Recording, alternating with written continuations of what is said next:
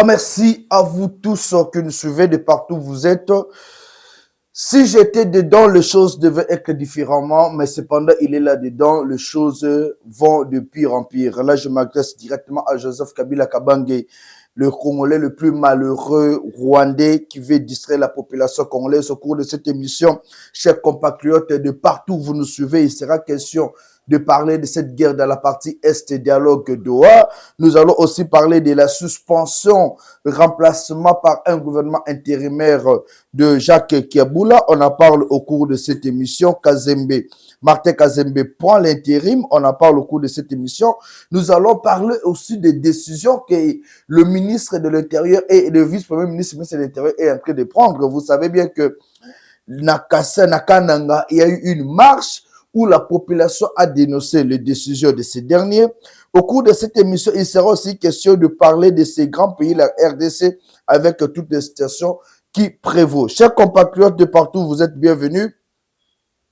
Mikolonio se tozwa kata ya analyser, ya kosolo la kanabino et surtout, mutu na mutu aeba ko tirer l'épingle de ce que nous passons comme raisonnement.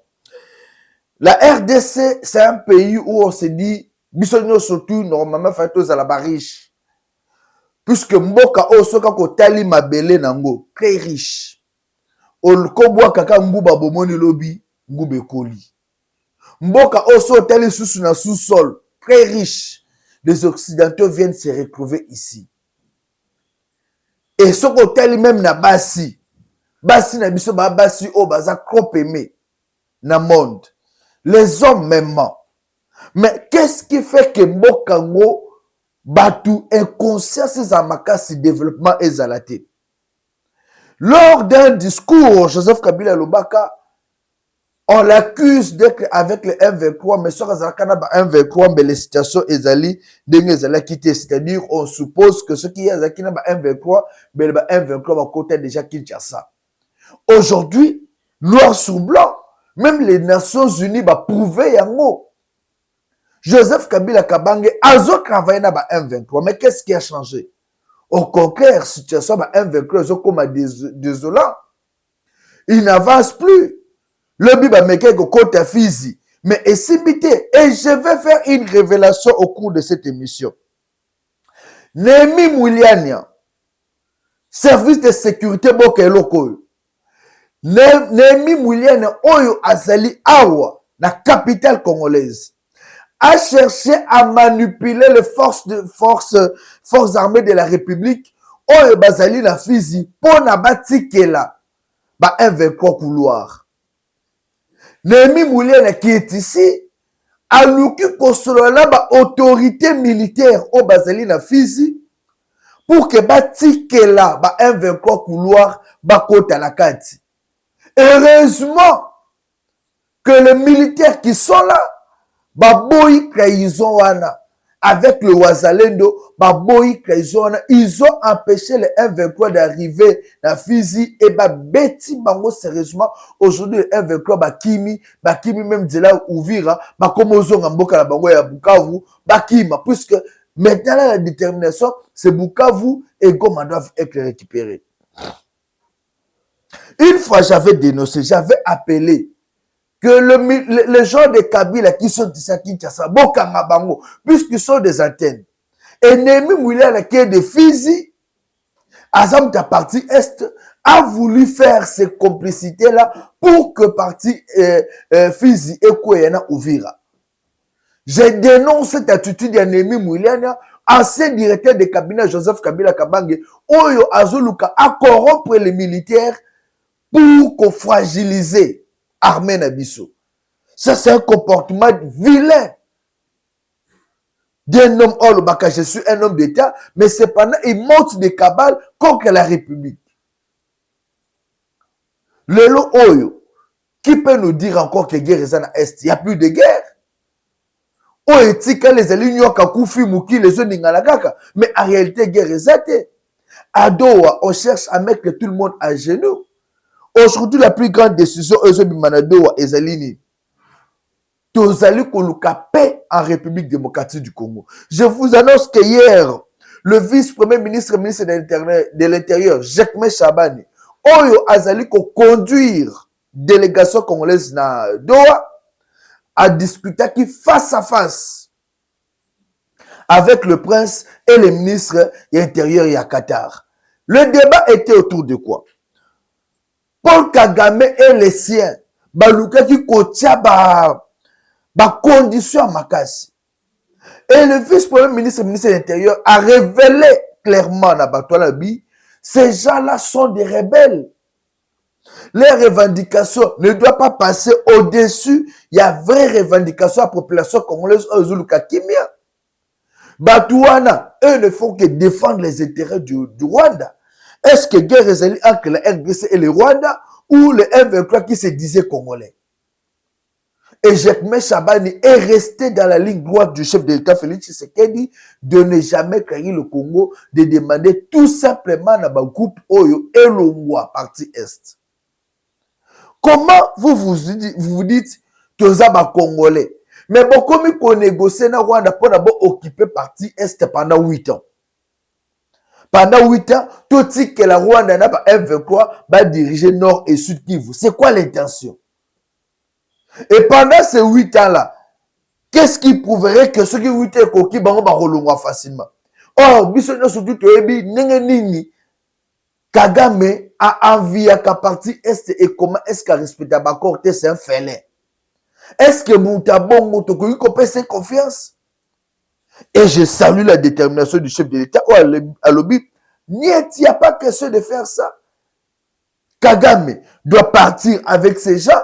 Bazonga place ba utaka nanga utaki Kinshasa kati siflef Congo akei Rwanda akesa babuzo banaye azonga susu na même chemin azongi Rwanda Uganda aya koti susu Congo Brazzaville aya ana Kinshasa il y a un procès qui l'attend. Joseph Kabila Kabanga zaka ana kingakati kingaketa ke Lubumbashi Zambie akomi kuna asa la même procédure. Azonga le susu Rwanda Zambie Lubumbashi aya Kinshasa on l'attend ici à Kinshasa. Nana bengana ka Joseph Kabila Kabanga bande kolanga.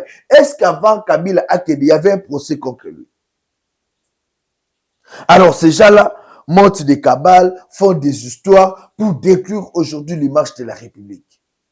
Félicitations au commandant suprême Joseph Félix Tshisekedi. C'est grâce à Félix Tshisekedi qu'aujourd'hui on a su comprendre que même Kabila Azalaka Ndoki.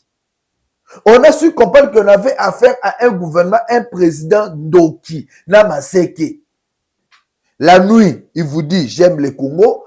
La journée, il vous dit j'aime le Congo. La nuit, il complote avec les gens qui détruisent le Congo. Adou Yandani. Alors, des pareilles personnes, vous allez nous dire non, te soutenir Bango. Non. On ne peut pas soutenir ces gens-là. Tout Kena Makambadoa. Doha, c'était juste pour aider ces gens-là. Bas à la caser quelque part. Doha, c'était pas pour que ces gens-là reviennent. Pas banakosa la babisa na gouvernement na biso non. Alors, tango ba komi koluka, to konti sa bango na gouvernement, ba militaire rwandais o ba bomel biso ba ndeko na Goma Bukavu, ba kota na armée. Mais c'est trop insensé. C'est trop insensé. On ne peut pas accepter de pareilles choses. Voilà pourquoi je demande au gouvernement, la délégation qui est à Doha. Moi, Namboka Jacques Chabani, avocat de surcroît, et tu es aussi de l'Est. Hier, j'ai discuté, hier, j'ai discuté avec Bandeko Moko Bazan la partie Est. Bazo Bisanga Babi, mais Oyo, Bozo Mona Wana. Oh, on vous montre des images, mais ils ont mensonge. La réalité qui se passe à Goma, les vrais Congolais, Bukavu, Goma, ma place est occupée, les vrais Congolais sont assassinés chaque jour. Chaque jour, Congolais, qu'on vous trompe pas.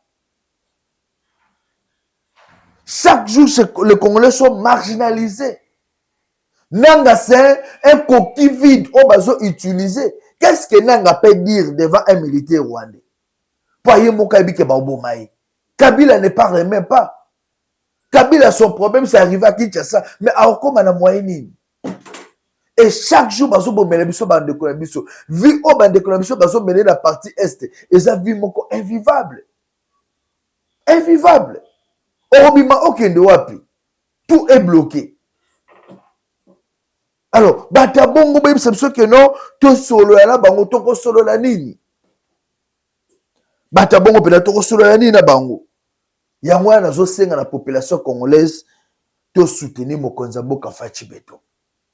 Soutenons le chef de l'État Fachi Beton pour les efforts au Azali Kosala pour un retour ya paix na mboka na biso Congo. Ceux qui to sali en moté bandeko, le ces gens-là vont venir nous embrouiller ici. Tolingi Bajete. Chers compatriotes, je l'ai annoncé au sommet de cette émission. Wandani, comme on l'appelait, Jacques Yaboula. Wandani. Jacques Yaboula, pour son histoire, bato babi Yaboula bien été, au bazo commenté dans les réseaux sociaux. Yaboula était l'interfédéral du PPRD au Katanga. Interfédéral PPRD au Katanga. Kabila a fait de lui, na moment ya FCC cache gouverneur. Kabila est gouverneur, a bandi ko travailler. Alors, tant que coalition FCC cache et Katani et Kotizelo, Kabila a changé côté, aye côté anani ya Kabila, ya Tshisekedi. Mais en réalité, Kabila était comme un sorcier. Oyo en réalité ba délivrer qui est dans l'outil. Ma comme la ta veste le ngole bilamba kala, a comme la ta veste bino mokati kazaki délivrer. Kabila est resté kabiliste de sang. Malgré abandon ko soit na Félix Tshisekedi. Kabila resté en contact permanent avec Félix Tshisekedi, avec Kabila. C'est ce qui fait que lelo oyo tango lobby makambu na ye puisque sortie médiatique ya Kabila nde mutesa nini esali ke tokoma na niveau otozali alobi Kabila lobby makambu Rwanda ekosila kuna mais pour les Congolais comme de Kabila et de Nanga il faut tango awa. C'est là où les membres de l'Union sacrée n'ont pas aimé. Pourquoi Kabila l'avait dit? Kabila était aussi dans les plans ya coup d'état au Elinga Kesalem. Bakiabula nyonso o baebeke Tshisekedi azukuya. Et les Kiabula ont compris le col a kokoya kosala coup d'état même si je tenais un discours babete coup d'état azokufa nous allons continuer notre affaire.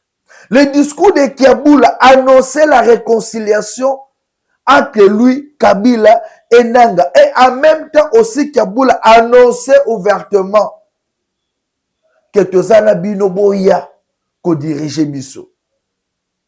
Et quand tout le monde a compris le système, bakangi ba tiowena ba généraux o misusu, les Katangais ont voulu s'élever pour dire bazo kanga batang yangam na biso. C'est comme s'il y avait d'autres provinces au Bokipa qui ba poste minene et lokola ba Katangais au sein de l'armée. Et chers compatriotes, Kabila en réalité doit être arrêté et jugé. On nous dit qu'il est à Lubumbashi, nazo senga na gouvernement. Bokanga Kabila nenge bokangi chiwewe. Puisque Kabila aussi était dans les circuits. Et Kabila préparait même un poison. Ce qui côté raté, kuna so Tshisekedi à Lubumbashi, a soit même poison. Et je salue la décision. Il y a vice-premier ministre et ministre de l'Intérieur, il y a qu'on suspend de Kabila. Parce que Kabila était même derrière le dossier, il y a Bakatakatanga. Pour s'aimer de l'insécurité, il y a Lubumbashi. Alors, même quand on dit non, Kachamata, Baké Kofiengo, Baké Koperquisitionné, Baké Kotala Ndaku ya Kabila, mais puisqu'on avait compris les plans, le gouvernement a compris les plans. Les plans étaient bien montés par le gouverneur Kabila. Et heureusement que les services ont dénoncé. Kabila voulait jouer un jeu ya Kimouyibi, azuba arme, bakeba tche na ferme à Kabila, baye baneni ba osala pour attaquer le Lubumbashi. Faire tomber le Lubumbashi. Heureusement que nos services ont compris ça. Kabila, c'est un monsieur qu'il faut arrêter et pendre nu. Faut reprendre Kabila Moutakala. Ah, on a quitté ça dans le Bumbashi. Puisque Aluki Kobomisa Mokonza Boka. Et je salue cette décision de suspendre Kabila à Kende Kofanda. Mais Essou Kawanate, on doit l'arrêter et juger. Le Bumbashi, c'est une ville fragile. Le Bumbashi, c'est une ville fragile. Une ville fragile et Okatanga est fragile. Alors, tous en a gouverneur Oyo, un pied dedans, un pied dehors. Azoluka a assassiné Moutou Oachel comme gouverneur. Tu sais qu'il a reconduit grâce à Kabouya. C'est là où je condamne Kabouya. Augustin Kabouya, l'UDPS a mené le combat de 37 ans dans l'opposition, sans les kabylistes. Les kabylistes étaient au pouvoir et vous étiez dans l'opposition. L'UDPS s'est battu bec et ongle pour l'élo comme à pouvoir. Alors, l'UDPS arrive au pouvoir, vous recrutez les kabylistes au Bazoko Sabino, dans la Kabila, à sali discours, je soutiens le chef d'État, Bozu Bopé Sabamba poste. Ce sont des mêmes personnes, Obino Bozouaka et pas Kabila Bopé Sabamba poste, ce sont des mêmes personnes aujourd'hui qui trahissent la République, qui détournent l'argent de la République. Bozo comprend un côté. Si l'UDPS devait faire son travail seul, à continuer à pouvoir, à le bisco, tout travail dans les Katanga, il y a le vieux comme Fabien Moutombe. Fabien Moutombe, c'est lui qui détenait. Il y a une simi force, il y a UDPS dans Katanga. Pourquoi vous pensez qu'il y a un gouvernement? Moi, je sais et là, on dit qu'on a empêché Bino Bopé, un gouvernement. Bozu gouvernement bon yondo Mozaboué Obunda Bitouma au sein de l'UDPS dirige puisque il connaît combien de fois le vieux Fabien Mouton Bazalaka arrêté. J'étais avec lui dans l'élection 2006 dans Lubumbashi. On a souffert dans Katouba. Pourquoi on l'avait même pas donné? Bozu Pesanga Kanaba kabiliste. Et ces kabilistes là viennent avec l'esprit de trahison puisque Kabila Batouné ba Ukraine rieti. Il y a un besoin même au sein de l'armée, il y a des brouhahas, Makelele, puisque ce sont des gens qui ont vécu avec lui, père de famille, mais ceux qui sont mis ceinture forte, le dessous, le quête mini, awa. C'est grâce à Kabila, comme on l'a même ceinture à bien, au moins que moi, le quête mon ami. Il y avait des gens qui ont appris, c'est grâce à Kabila, Batebele, Balati, veste. Ayebi pe ko somba sengle ya bien puisque bele ba nota mona ba sengle ko toboka ba sous-vêtement ko toboka grâce à Kabila ba yebi que Calvin ezalaka pe sous-vêtement à Sombi. Alors ces gens-là ne sont pas prêts aujourd'hui à accueillir Kabila qui les a même aidés à kokata suki, qui les a aidés à comprendre que moi n'a pas encore que poto, moi n'a pas encore comment vivre dans Canada. Alors maintenant, c'est à l'UDPS de prendre conscience. Il y a qu'on comprendre que les kabilistes, ceux qui ont union sacrée, de touche. Mettez vos gens qui se sont battus, qui ont la philosophie de l'UDPS, le peuple d'abord. Voilà pourquoi Kabila aye na esprit à trahison, le kaka boma fachi. Yowana kuyi moko. Ouvrons le et le bon. Ba de konanga UDPS. Tout tika embrayement, tout tika envoûtement, tout comme victime nango. Aujourd'hui, je vois seulement la vie de Kinshasa ici. Il n'y a pas de route. Heureusement que la population de soulèvement et ça le matin. Mais à Kinshasa est devenu invivable. Nazo Zela, vice-premier ministre, ministre intérieur, a sa décision à suspendre le gouverneur Oyo, comme on est dans les sous Daniel Bumba. Bumba, c'est une malédiction pour Kinshasa et pour le Congo. Bumba, c'est une malédiction pour l'UDPS. Normalement, Bumba, Asamutu Oyo, Bolali Bolamuki, Bo suspendre et Bo Kanye, Bo Tchata na case moro Boloko la Lyon. Bumba, c'est une malédiction. Combien de chantiers au Bumba à Fongoli? Combien est Salemi? Bokene na Bandel, sous Kassavubu. Lobi nazo le Kawana. J'avais un entretien quelque part. Mais, Bamaï moko mou les athées, mais batondi. Les parcelles pour traverser Bazo Tchabamabaya. Est-ce que c'est normal dans une ville comme Kinshasa? Insécurité à tout moment. Au lieu que on suspendre, aux décisions et bouzo ba OSM na kananga. Bozui, gouvernement provincial, assemblée provinciale. Comment est-ce que dans l'assemblée provinciale, boza na 32 députés, 14 va voter, 18 va voter, mais on peut adopter une telle décision. Et la population est sortie dans la rue. Ça, c'est une honte. N'oubliez pas que les Kananga, Bujumaï, parti surtout, c'est un parti présidentiel. Vice-premier ministre, Zorsana Makantissima, vous travaillez pour le Congo et pour l'honneur de Fachi Beton.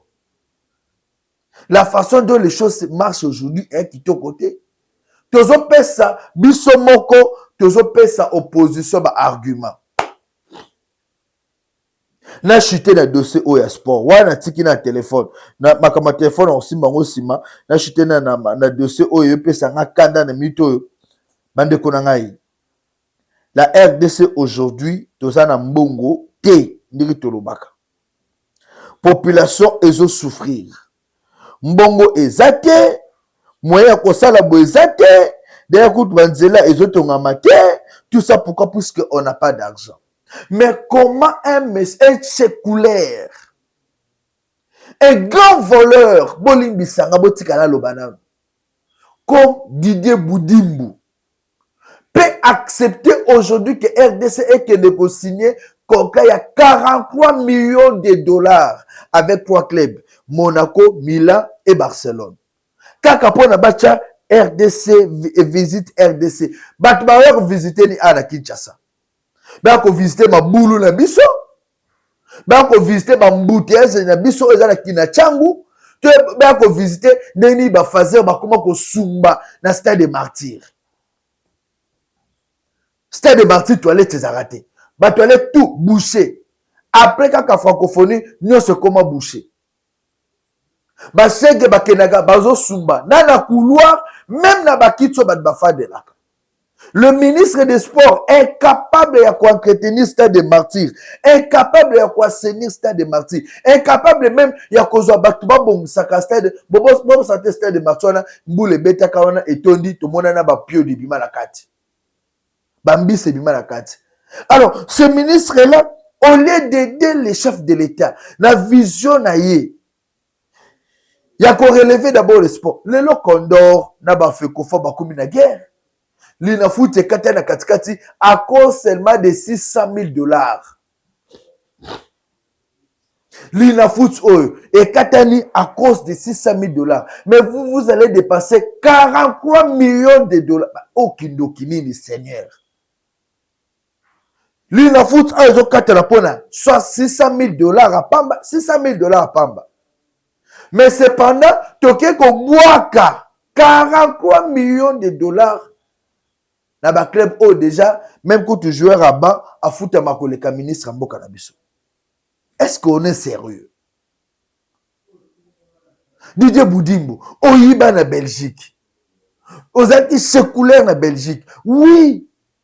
Oye chasse le copain ma RDC pour oyiba na maman Denise ba pesio ministère. Obani na hydrocarbure mi kimouyi ba détournement ezakuna juto kofongola boîte ya makambo sama na hydrocarbure na makambo zo sama na sport. Je suis sûr que ba ya ko enlever ngai. Ba okanga ngai.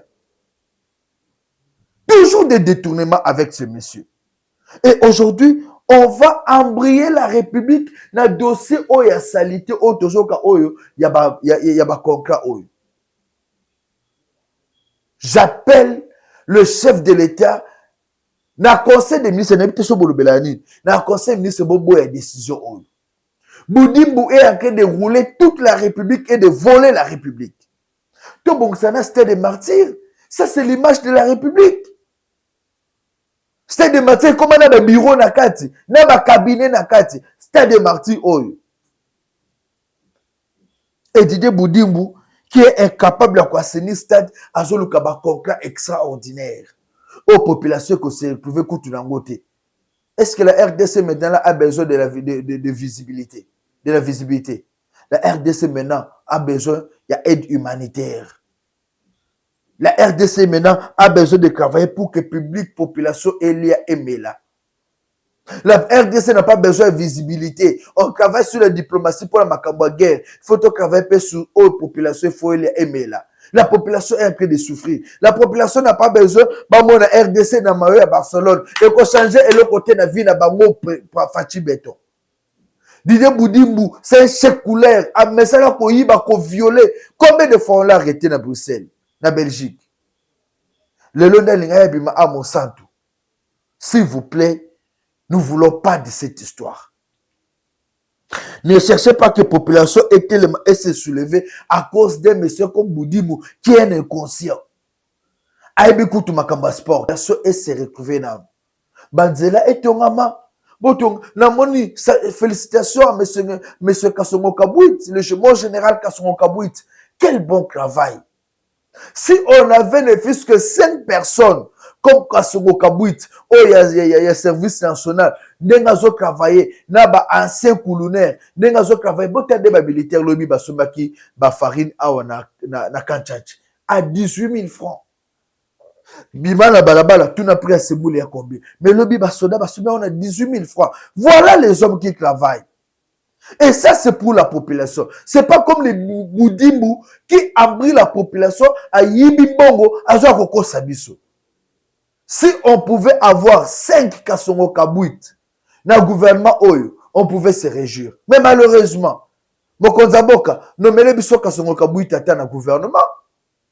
Au lieu de nous mettre des badauds comme des Didier Boudimbu qui volent à tout moment. Chers Congolais, biso mokoto fongola misto banako dénoncer. Même quand on défend les pouvoirs, on défend le pouvoir dans nenga malamu. Pas dans nenga mabena ba miyibi lokwa ba Didier Boudimbu. Je soutiens la vision du chef de l'État. Nous devons nous battre pour que paix et dans la partie Est. Nous devons nous battre pour que Kimi et Zonga. Il y a eu des nominations à nouveaux généraux. Je ne sais pas si vous voyez bien. Massounzou a été remplacé. Maintenant, là, c'est une autre armée qui entre en jeu pour la paix et la stabilité dans la partie Est. J'avertis Nanga et Kabila. Ceux qui vont quitter partie Est d'ici mois de août. Bande Kolangai, Bibemena Bino Koya Ao, Tocha Bino Bagrapo Likola Serkei. Là, je vous informe. Ceux qui vont l'ongouete d'ici mi-août, na EBC Kabila et Nanga, Bibemena Bino Koya Ao. La façon dont vous avez déjà caillé la nation, la façon dont tout est mis à nu, la façon dont même président Yamboko des États-Unis, Donald Trump, a eu une décision pour la paix dans l'Est, vous n'avez plus une longue vie. Un homme averti en vaut deux. 081 244 83 09 081 244 83 09. Un grand merci à vous tous qui nous avez suivis. On est là seulement pour vous servir. Aimons ce Congo. To lingana, to tika kimuta mabe, ba kaizo oto so vivre na mboka oyo. Et ça kaizo kindoki. Aimons-nous vivants. Grand merci à vous.